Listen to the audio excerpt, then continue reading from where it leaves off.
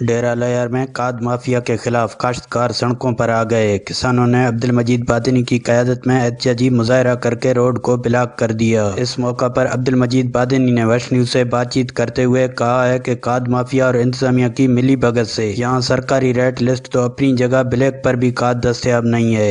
ایندہ urea نہ ملا گے جعفر آباد زمیندار ایندی کسان کل پریشان حالاں یا ایندی بزگراں ایندی زمینداراں کھاد نہ ملا گے یوریا ہے اینداش افغانستان روگاں صدے ٹرالا مگر ایندہ پاکستان عوام اور جعفر آباد میں ایندہ کھاد نہ ملا گئے۔ اگر ملا گئے سرکاری ریٹ 1760 روپیہ ہے۔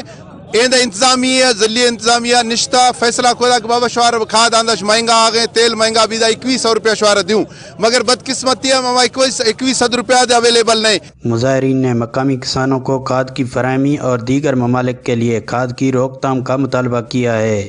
مصری بگٹی، ویسٹ نیوز، جعفر آباد۔